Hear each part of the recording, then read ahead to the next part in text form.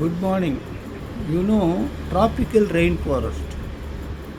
How much importance the tropical rainforest?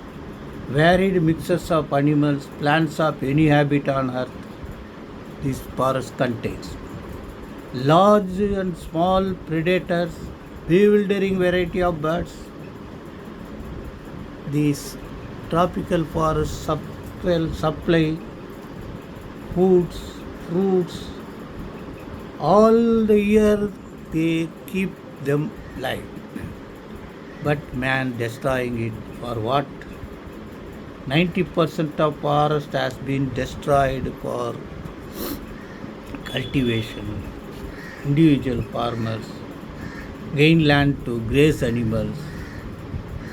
Trees have been felled to supply tropical hardwood for furniture making and building. Very serious. Best wishes.